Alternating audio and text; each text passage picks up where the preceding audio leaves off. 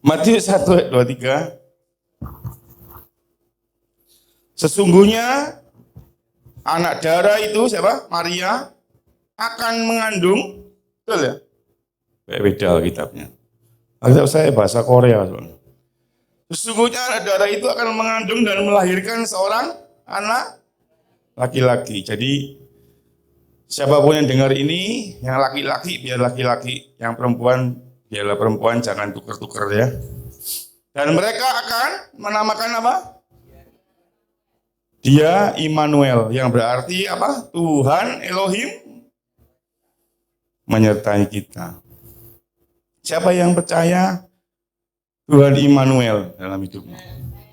Wah, amin nih. Kita baca dulu ini, belajar ini ya. Saya lihat nanti setelah kita belajar aminnya buanter apa enggak. Immanuel apa? Bahasanya Tuhan menyertai kita. Theo, met, hemon. Theo itu theos, Tuhan. Met itu menyertai. Saya nggak tahu apakah bahasa Inggris meet dan bahasa lampaunya meet itu met, ya kan? Itu dari bahasa Yunani saya juga nggak tahu. Pokoknya mirip meet. Theo, met, hemon. Hemon itu kita, orang-orang kita. Nah, kita belajar hari ini tentang satu istilah Immanuel supaya Anda tidak salah paham tentang apa arti Immanuel. Pak, ini kan bukan Natal, enggak apa-apa. Kita belajar Immanuel. Immanuel sering dipahami dengan apa? Ayo, bayangan Anda Immanuel itu gimana? Anda ke toilet, Tuhan ada. Anda ke kantor, Tuhan ikut. Terus Anda lagi main badminton, Tuhan ikut. Ya, itu ya kira-kira yang dipahami gitu ya. Tuhan ikut terus. Apa Tuhan bodyguardmu? Apakah Theos met hemon itu benar-benar Tuhan itu ngikuti kemanapun? Bahkan ada beberapa orang Kristen yang spesial. Mungkin spesial itu dalam arti kata, saya ngomong anggapannya dia sendiri. Tuhan itu mengikuti dirinya kemana-mana. Tuhan itu, ini penting ya, tolong perhatikan, ini penting, saya minta tolong. Tuhan mendukung, setuju di pihakmu. Siapa yang percaya Tuhan di pihakmu? Roma 8 ayat 31 ngomong apa? Jika Tuhan di pihak kita, siapa lawan? Jadi ada seringkali orang itu ngambil harafiahnya. Tuhan itu mendukung saya, Pak. Tuhan itu setuju dengan saya, Pak.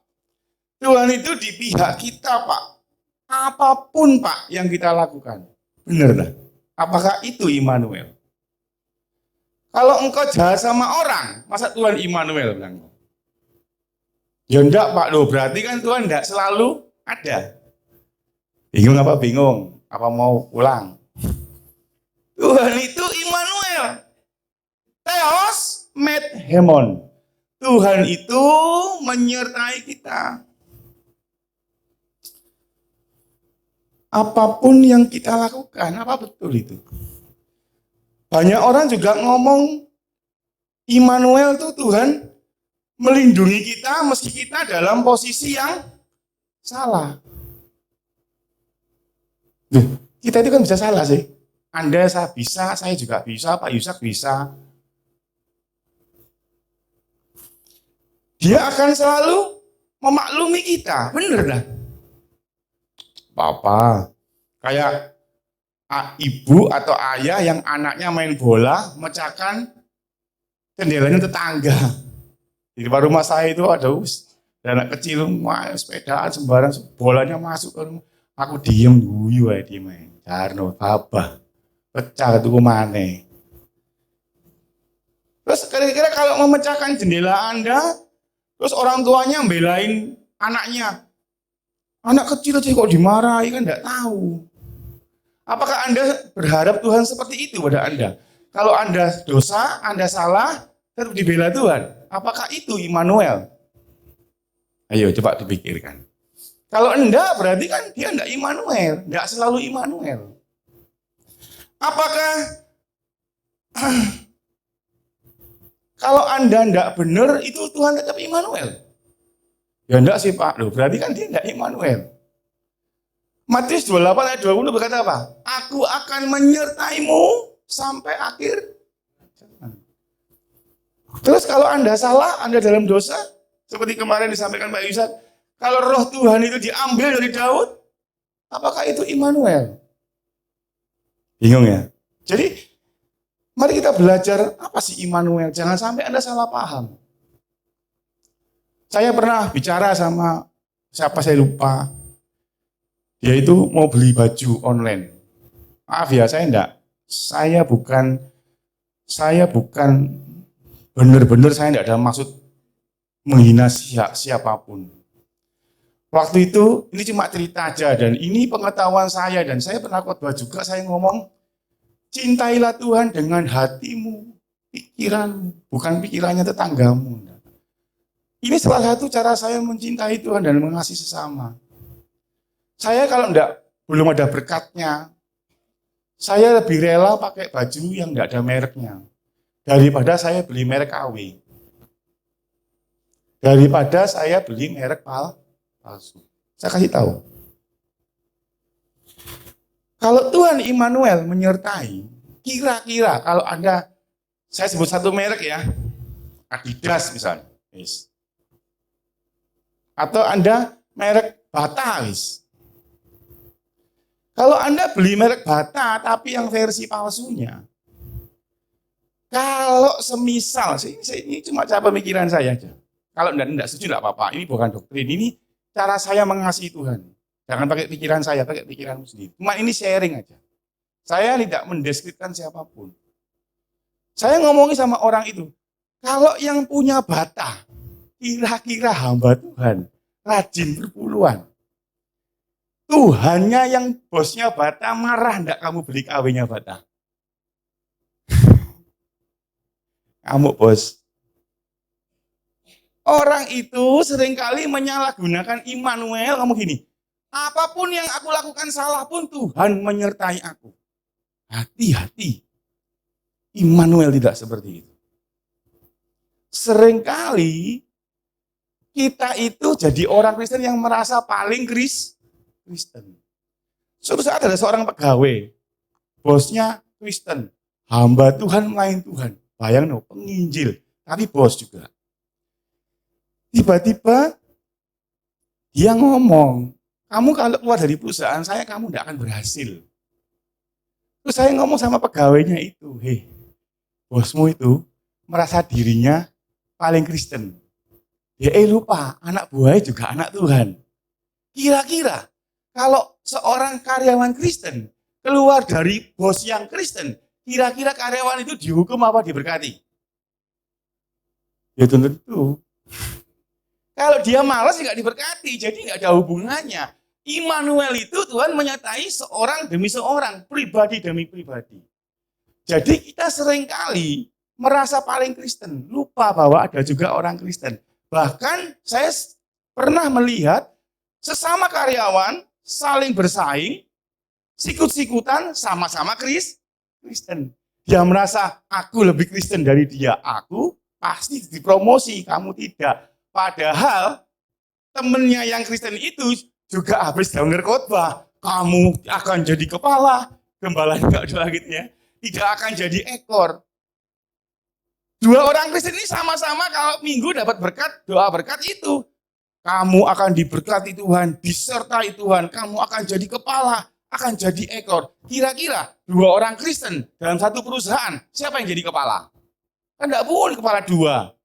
Itu cuma film-film dalam film kartun. Ular kepalanya 5, itu kan film kartun ya. Enggak ada. Kepala tetap satu. Kira-kira dari dua orang Kristen itu, siapa yang jadi kepala? Yang satu pasti ngomong, aku yang jadi kepala. Yang satu akan ngomong, aku akan jadi kepala. Sebab Tuhan Immanuel. Tuhan yang Immanuel di atas bingung. Ini sama-sama Kristen. Sama-sama janji dapat Immanuel. Yang mana? Yang dapat adalah yang kerja sungguh-sungguh.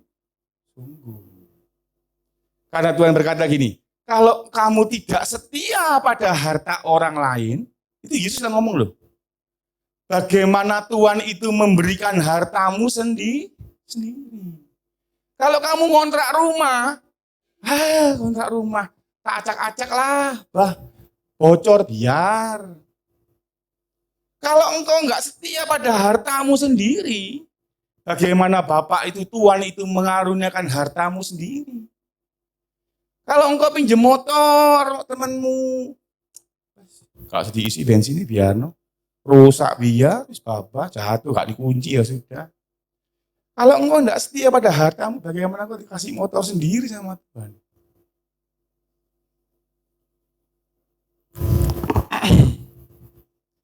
Yang kontrak rumah, rawatan rumah yang kau kontrak.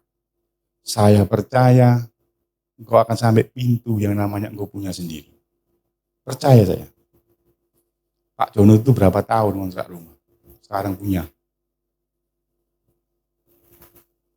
Dia setia ngerawat rumah yang dia sewa. Kalau engkau setia, Tuhan akan mempercayakan. Immanuel itu berkata, bukan Tuhan memaklumi kita walaupun kita salah. Sehingga secara lahiriah mental kita itu seperti pangeran manja. Anda tahu pangeran manja? Anda tahu kisah anak sulung? Anak sulung itu kan tidak terima tuh. Berapa yang lalu waktu saya khotbah tentang iri hati. Anak sulung itu kan tidak terima anak bungsu itu diberkati. Sebab dia merasa lebih Kristen, bahaya. Ingat, yang Kristen bukan cuma Anda. Yang Kristen bukan cuma saya. Anda pun Kristen. Anda akan diberkati. Bahkan saya berdoa, Anda diberkati lebih dari saya. Kenapa? Sebab sama-sama dapat janji Immanuel. Jangan menyalahpahami Roma 8 ayat 31. Kita baca, Roma 8 ayat 31. Roma 8 ayat 31. Jika Tuhan di pihak kita, ayat B-nya ya, siapakah yang... Nah, sebab kalau Anda baca bahasa aslinya, Tuhan di pihak kita itu pakai kata huper. Jika Tuhan di pihak kita, huper itu artinya gini. Mungkin bahasa Inggrisnya pakai kata hyper ya. Hyper itu di atas. Beyond, di atas segalanya. Nah, jika Tuhan di atasnya kita, siapakah lawan kita? Berarti kira-kira maknanya apa? Apakah Tuhan itu memaklumi semua dosamu? Sehingga dia menjadi pembela kita. Di ayat 32 kalau Anda baca di bawahnya, dia akan menjadi pembela kita. Sebab dia yang membenarkan kita. Ingat, jika Tuhan di pihak kita, Roma 8:31 itu ngomong, jika Tuhan huper atas kita, Tuhan hyper beyond di atas kita, Tuhan di atas kehendakmu, Tuhan di atas keinginan dagingmu, Tuhan di atas pikiranmu, Tuhan di atas kepandaianmu, huper di atas. Jadi artinya, kalau engkau tidak di bawahnya Tuhan, engkau tidak sekehendak dengan Tuhan, Tuhan tidak huper atas hidupmu, janji ini nggak dapat Anda. Kita ini kan seringkali jadi orang Kristen suka ngeklaim janji sembarang. Tuhan di pihak kita. Saya tanya, jawablah dengan hati nurani kita sendiri semua. Kalau engkau berbuat jahat, benarkah Immanuel itu terjadi atas hidup Anda? Sebab Anda cuma nyomot, jika Tuhan di pihak, tanya pada dirimu. Kalau aku hidup dalam rancanganku sendiri, apakah Tuhan huper atas hidupku? Tuhan di pihak kita? Hari ini kita akan belajar, Tuhan itu membenarkan kita. Bukan karena kita itu anak kesayangannya tok, dan dia tutup mata kalau kita salah. Tuhan itu Maha Kudus. Tuhan itu tidak bisa mengingkari jati dirinya. Oleh karena itu Tuhan itu tidak mungkin kompromi dengan dosamu, kesalahanmu, pikiran jahatmu, perbuatan jahatmu. Anda jangan salah, darah di salib Yesus itu tidak mengkompromi dosa. Saya ulang, darah di salib Yesus tidak pernah mengkompromi dosamu. Darah Yesus di kayu salib itu mengampuni dosamu. Dan syarat pengampunan adalah orang yang mengaku dengan mulutnya, bertobat dan meninggalkan jalannya. Jadi Anda jangan pikir dengan darah Yesus Tuhan mengkompromi keinginanku yang salah, enggak. Tuhan mengkompromi rancanganku yang salah, enggak. Dia itu darahnya mengampuni, menghapus dosa. Dan syarat menghapus dosa apa? Mengaku. Maka engkau akan diselamatkan. Jadi jangan salah comot ayat, jangan pakai ayat 8 Roma 8:31 Tuhan di pihakku. Contohnya begini. Anda bersaing dalam perusahaan, di tempat kerja, karyawan A, karyawan B, Anda karyawan B. Anda berdoa, Tuhan, buatlah dia gagal supaya dia tidak promosi, Tuhan, biar aku yang jadi manajernya. Padahal si A adalah sama-sama orang Kristen. Gimana coba? Itukah yang dikatakan Tuhan di pihakmu? Apakah engkau yang paling Kristen sendiri? Darah yang mengalir di salibnya itu menebus dosa, bukan mengkompromi dosa. Kita buka Matius 12 ayat 30. Kata met, tadi yang kita baca di Matius 1 ayat 23, Immanuel Tuhan menyertai engkau, itu juga ada dalam Matius 12 ayat 30. Siapa yang, ini yang ngomong Yesus ya, siapa yang tidak bersama aku, ia melawan aku. Dan siapa yang tidak mengumpulkan bersama aku, ia mencerai-beraikan. Kalau Anda bisa buka Alkitab The Message, itu ngomongnya gini. Hidup ini peperangan. Dan tidak ada wilayah perang yang netral. Kalau engkau tidak di pihakku, maka engkau berarti musuhku. Ini, siapa yang tidak bersama aku, ia melawan aku. Melawan berarti apa? Musuh. Jika engkau tidak menolong, engkau akan membuat keadaan tambah kacau. Itu Alkitab The Message. Mirip, tapi maknanya itu lebih tegas saya senang. Jelas kepesannya. Jika engkau tidak di pihakku, engkau berarti lawan. Nah, kata-kata siapa tidak bersama itu menggunakan akar kata yang sama. Pakai tulisan meta, sama meta. Dengan yang diomong tadi kita baca di Matius 1 ayat 23. Theos, met, hemon. Ini sama. Pakai kata met juga. Akarnya sama. Jadi kira-kira Immanuel itu artinya apa? Tadi kan kata-katanya gini. Theos, met, hemon. Tuhan menyertai kita, Immanuel. Ternyata Immanuel itu juga terjadi di sini.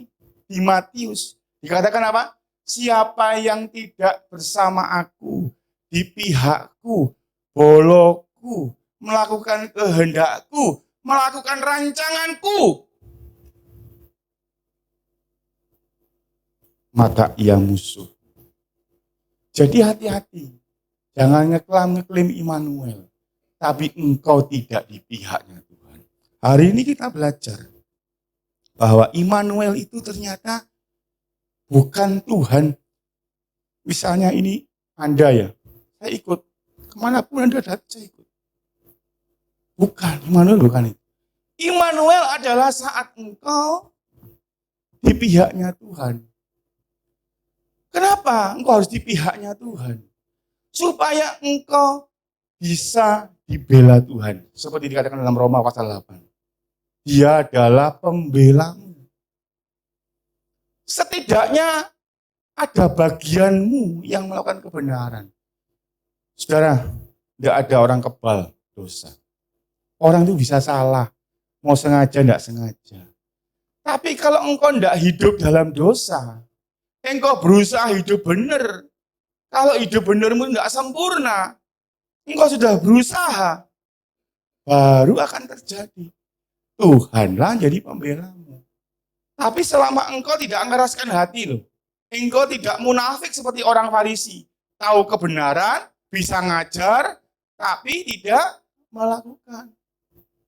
Nah, terjemahan profetisnya itu seperti yang tadi saya sampaikan di Alkitab The Message di Matius 12 ini. Hidup ini adalah peperangan. Saudara, peperangan itu memang di Galatia berkata apa? Gunakan selengkap senjata Allah. Pedang roh kebenaran, baju jira keadilan, ketopong keselamatan, perisai iman, ikat pinggang kebenaran, kasut kerelaan, bla bla dan sebagainya. Tapi apa gunanya kalau engkau pakai perlengkapan senjata Allah tapi engkau nggak di pihaknya Tuhan? Engkau keluar dari rancangannya Tuhan. Engkau keluar dari kehendak firman-Nya Tuhan. Engkau tidak pernah ada di hadiratnya. Engkau ibadah nggak setia. Engkau meninggalkan jam-jam ibadahmu. Dengan alasan kerjalah, dengan alasan inilah. Saudara, jangan lupa, Tuhan itu maha tahu. Tuhan itu bisa ngukur. Kemarin ada orang ngomong sama saya, Pak, saya itu nggak dipercaya kalau saya itu mengasihi papa saya. Saya kaget, Roh Kudus bilang gini, ngomong sama dia memang dia memang mengasihi orang tuanya. Jadi dia itu sakit hati, nggak dipercaya saudaranya. Kalau papanya kan lagi di luar negeri berobat operasi jantung.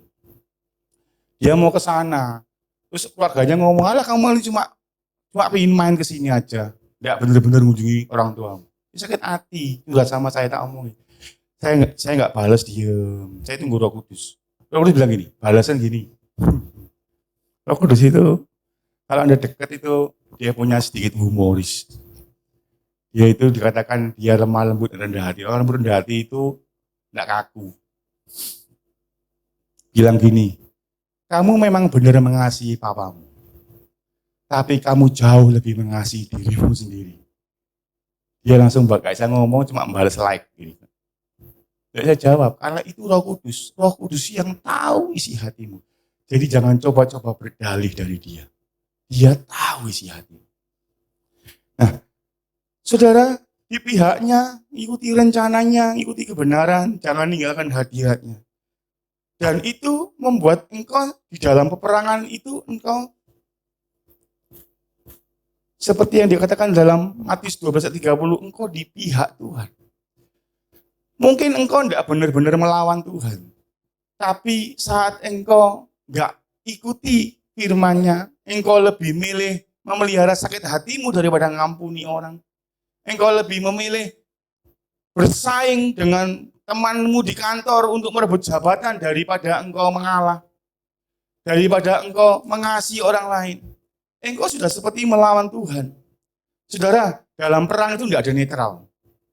Dalam perang itu, gini, kalau saya bilang netral, bersikap netral itu, orang Kristen itu kan seringkali tidak kepingin kelihatan jelek, juga tidak kepingin kelihatan agresif. Dia ngomong, aku netral. Di dalam peperangan, dalam milih kebenaran, tidak ada kata netral. Netral itu hanya penundaan memihak. Saya ulangi, bersikap netral itu cuma menunda, tidak memihak.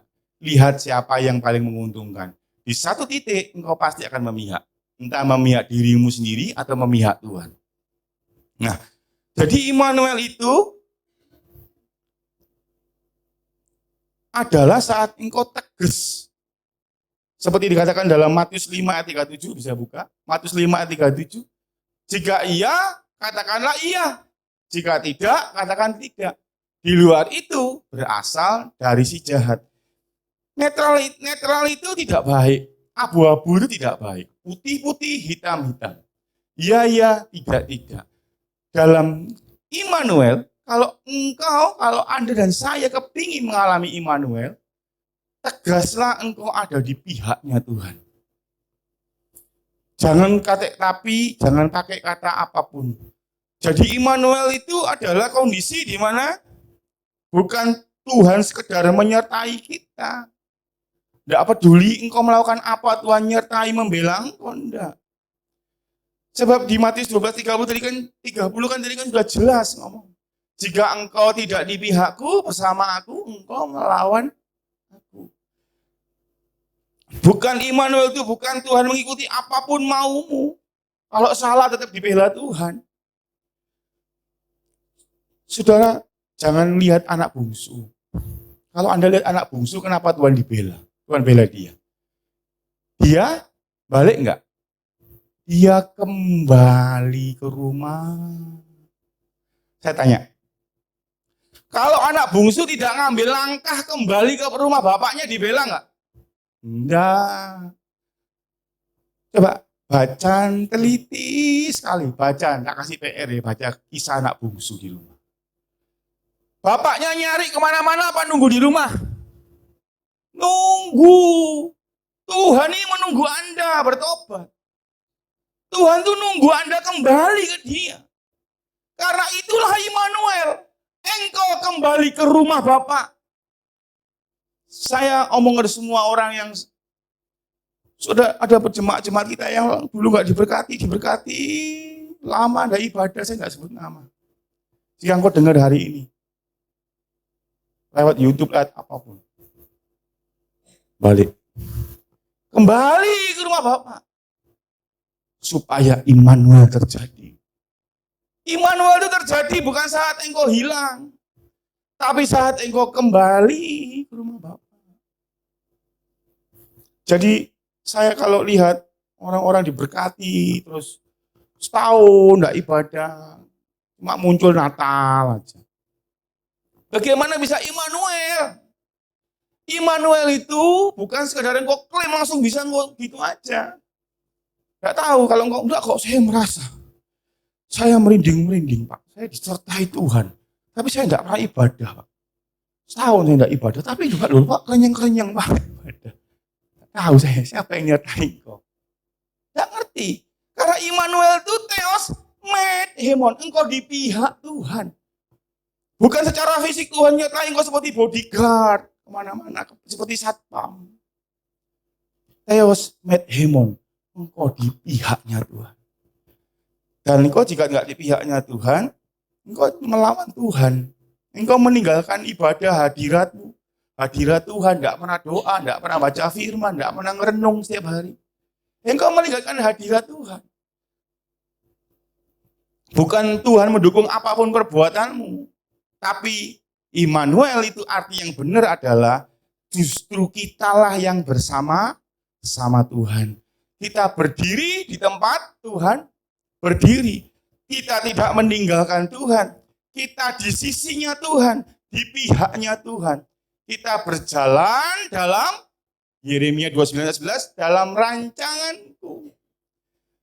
Senantiasa berinteraksi, dengar-dengaran. Sedikit-sedikit tanya Tuhan, menimbang sama Tuhan. Tuhan, saya mau begini. Boleh enggak? Saya itu loh ya, jelas-jelas dapat klien besar. Secara daging, saya Tuhan, lah aku doa tiap hari ngemis minta berkat. Masa dikasih klien besar, saya masih mikir. Tapi saya tahu, saya nggak mau keluar dari rancangannya. Saya tanya, Tuhan, kalau boleh dan kalau aku nggak jadi berkat di sana nggak usah. Pak, kalau Bapak ngomong gitu dalam hatimu, abot nggak berat. Tapi saya paksa diri saya. Saya paksa iman saya sama tindakan saya harus sama. Lah imanku percaya Tuhan Immanuel, tapi tindakanku enggak Immanuel. Aku harus tanya, dan saya tanya. Waktu klien itu tidak jadi kontrak sama saya kan punya sampingan konsultan. Jadi konsultan itu sampingan saya, bukan kerjaan utama. Ya Rodo, wah, ini doa nih gak jadi. Nek Tuhan gak anggap baik, gak usah, gak apa-apa ya. Gak sudah temen lagi. Gak ada kabar. Setelah saya rela, malah ada kabar. Dan dikejar-kejar lagi. Ayo Pak, ayo Pak. Tapi saya tidak melawan iman saya. Bahwa Immanuel, aku harus di pihaknya Tuhan. Kalau Tuhan tidak setuju dengan rancanganku, tidak apa-apa. Daging berat daging. Tapi teman-teman berkata, daging itu lemah. Roh itu penurut. Makanya hiduplah dalam kehendak roh, bukan kehendak daging. Pesan Tuhan hari ini kepada Anda. Saudara, jangan tinggalkan hadirat Tuhan. Jangan merasa Immanuel Tuhan mendukung semua yang kau lakukan. Kalau yang kau lakukan salah, kalau engkau hidup dalam dosa, segera bertobat. Immanuel itu justru tuh engkau yang ada di pihaknya dia. Engkau bersama dengan dia. Tuhan beserta kita dan mendukung kita selama kita di pihaknya. Sepihak dengan dia maksudnya adalah sekehendak dengan Tuhan. Immanuel itu hakikat dirinya Tuhan. Dan Tuhan itu tidak bisa mengingkari dirinya. Tapi jangan lupa, Tuhan itu juga Maha Kudus. Kalau engkau hidup dalam dosa, bisakah dia mengingkari kekudusannya? Dan dia tetap mendukung dosamu? Tuhan tidak meninggalkan kita. Namun yang sering terjadi itu apa? Engkau yang meninggalkan hadirat Tuhan. Maka saat engkau mengalami masalah, engkau merasa sendiri. Tuhan itu di pihak kita. Artinya kita berada di dalamnya. Dia akan memampukan kita kalau engkau hidup dalam kebenarannya. Jika kita berada dalam dia, dalam firman-Nya, dalam rancangannya, maka otomatis engkau di dalam Tuhan. Dikatakan akulah pokok anggur. Di luar aku, Yohanes 15 berkata apa? Engkau tidak dapat melakukan apapun. Immanuel akan terjadi saat engkau hidup di dalam dia. Kalau di dalam Tuhan, otomatis engkau tidak mengalami yang namanya kegoncangan. Sebab engkau hidup di dalam kerajaan yang tidak tergoncangkan. Saudara, engkau di dalam Tuhan, itu yang hati-hati itu adalah saat imanmu tergoncang. Kita buka Matius 26 ayat 41. Sedikit saya kan ngomong tentang kegoncangan. Matius 26 ayat 31 dulu, 31. Selama iman kita tidak tergoncang, maka meskipun Anda masuk ke dapur api, engkau tidak akan hangus. Saya ulangi. Selama imanmu tidak goncang, kalau engkau masuk dapur api pun, engkau tidak akan hangus. Sebab Immanuel, yang 3 orang kisah masuk dapur api, Sadrak, Mesak, dan Abednego, yang 3 jadi 4. Sebab ada 1 Immanuel. Tuhan menyertai. Maka berkatalah Yesus kepada mereka, ini waktu Yesus mau disalib, malam ini kamu semua akan tergoncang iman. Karena aku, sebab ada tertulis aku akan membunuh gembala dan kawan domba itu akan. Supaya enggak tergoncang, ayat 41. Ini sebab 41. Berjaga-jagalah dan berdoalah. Supaya kamu jangan jatuh ke dalam pencobaan, roh memang penurut, tapi daging loh. Anda sudah berdoa, tapi apakah Anda berjaga-jaga? Berdoa itu lipat tangan, tutup mata, Pak. Gampang, Pak. Yang sulit berjaga-jaga. Apa sih berjaga-jaga? Jaga-jaga itu doa apa tindakan? Tindakan. Berjaga-jaga itu engkau jaga imanmu. Tetap iman yang bertindak. Yakobus 2 ngomong gini, iman tanpa perbuatan mati. Engkau berdoa, tapi jangan lupa juga imanmu berbuat. Berjaga-jaga dalam perbuatanmu. Saudara, kita itu Immanuel itu memang pernyataan iman bahwa Tuhan itu menyertai kita. Namun sudahkah pernyataan iman itu disertai perbuatan? Perkataanmu, sikapmu, apakah menunjukkan engkau Immanuel? Engkau percaya dengan imanmu Immanuel, tapi perbuatanmu tidak di pihak Tuhan. Perkataanmu bukan seperti orang dalam kebenaran. Engkau hidup dalam kebencian, sakit hati, akar pahit. Engkau tidak mengampuni orang, tapi engkau berkata, Tuhan Immanuel atas hidupku. Bahkan kalau Anda baca di Lukas pasal 18 ayat 8, itu kisah tentang hakim. Hakim yang diminta tolong terus sama janda supaya ditolong kisahnya. Akhirnya hakim itu menolong toh. Tapi Yesus itu ngomong begini, kalau anak manusia itu datang ke bumi, apakah ia menjumpai iman? Iman itu apa sih?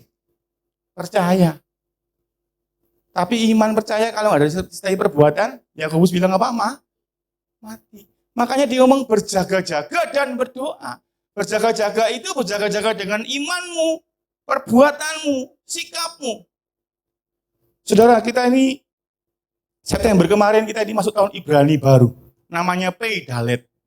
Pei itu mulut, Dalet itu pintu. Artinya mulut pintu. Berarti tahun depan. Saya kemarin pas di gereja mana saya lupa saya melayani. Kalau ngomong gini sama saya.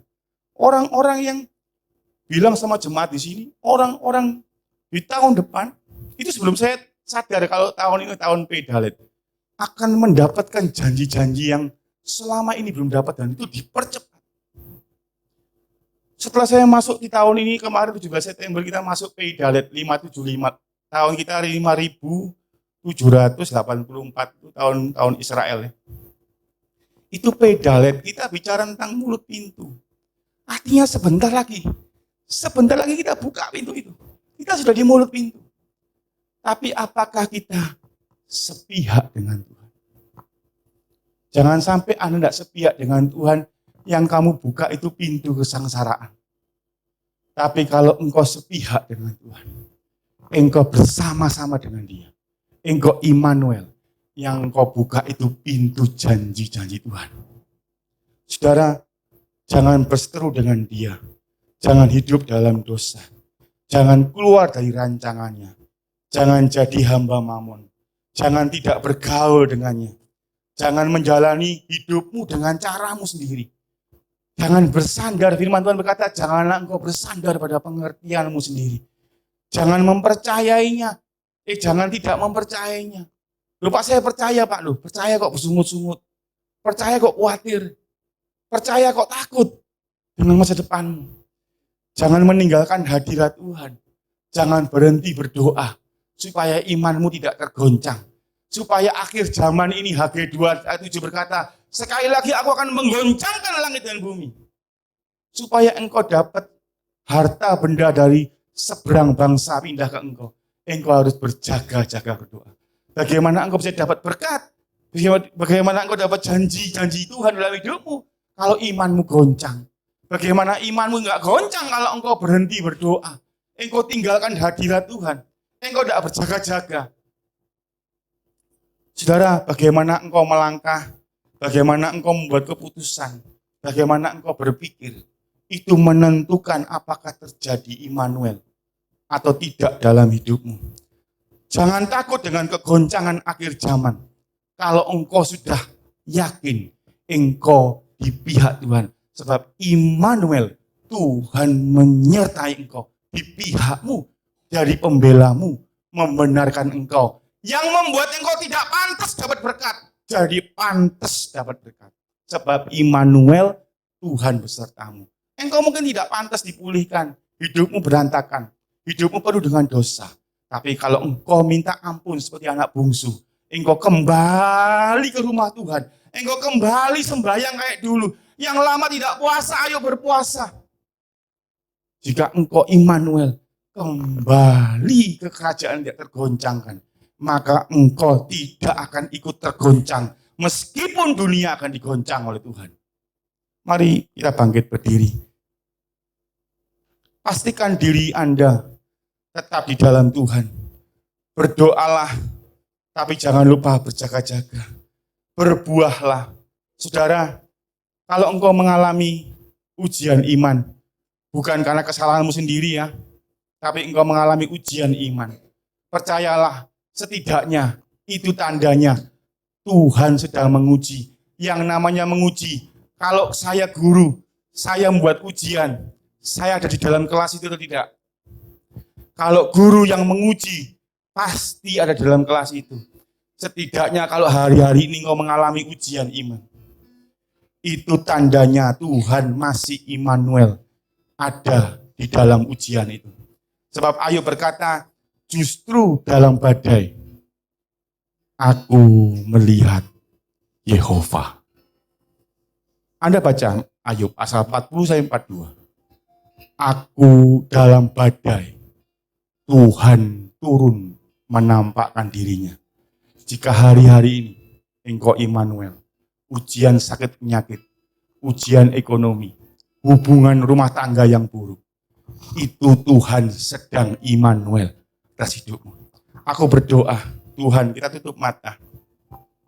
Bapak, kami adalah ranting-ranting. Biarkan kami berbuah, Tuhan. Karena saat kami berbuah, itu tanda bahwa kami Immanuel di pihak-Mu. Orang yang berbuah adalah orang yang di pihak Tuhan. Orang yang berdoa adalah orang yang di pihak Tuhan. Tapi juga orang yang berjaga-jaga, itu juga orang yang di pihak Tuhan. Orang yang menjaga imannya adalah iman yang bertindak, bukan iman yang dikatakan di mulut. Saudara, jangan pernah merasa sendiri. Anda hanya perlu kembali ke Tuhan. Kembalilah kepada kasih mula-mulamu. Yang dulu sering berdoa dengan jam-jam doa yang dahsyat. Sekarang tidak berdoa, ayo kembali berdoa. Yang dulu rutin berpuasa, ayo kembali berpuasa. Yang dulu sering mengasihi Tuhan, melayani Tuhan, ayo sekarang kembali. Tuhan, kami percaya kami masuk dalam tahun mulut pintu berkat-berkat-Mu. Aku deklarasikan di jemaat ini, tahun Pedalet, tahun pintu-pintu janji Tuhan, itu terjadi dalam hidup kami. Justru saat kami ditegur, Wahyu 3 ayat 20 berkata, saat kita ditegur dan dihajar, itu tandanya Tuhan mengasihi kita. Tuhan Immanuel, Dia mengetok pintu, kata Wahyu. Ayo buka pintu hatimu, tinggalkan dosamu, carilah Tuhan selama Ia berkenan ditemui. Carilah wajahnya selalu, kata Daud. Maka Immanuel akan terjadi. Tuhan, biarlah kami mencari Engkau dan mencari kekuatan-Mu.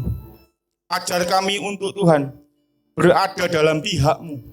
Ampuni kami yang keluar dari jalan-jalan-Mu.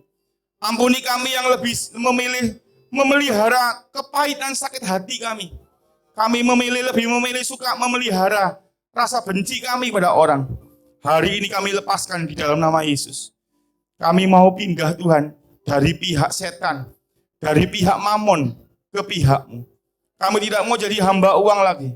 Kami mau menjadi hamba-hamba Tuhan. Dan kami percaya Matius 28:20 digenapi. Aku akan menyertai-Mu. Ketahuilah senantiasa sampai akhir zaman. Tapi kamu tidak mau itu terjadi hanya dengan perkataan saja. Kami mau Immanuel. Kami mau Medhemon. Tuhan Medhemon melampaui kami. Di atas kami. Di atas daging kami. Di atas pikiran kami. Di atas kepintaran kami. Di atas kehebatan kami. Tuhan, kami mau Immanuel biarlah terjadi. Supaya kegoncangan-kegoncangan akhir zaman yang akan datang. Yang pasti Engkau lakukan karena itu nubuatan. Tapi kami mau Immanuel. Hidup di dalam kerajaan yang tidak tergoncangkan. Terima kasih Bapak, kami mau memihak kebenaran-Mu. Ini janji kami. Di dalam nama Yesus aku berdoa dan mengucap syukur. Haleluya.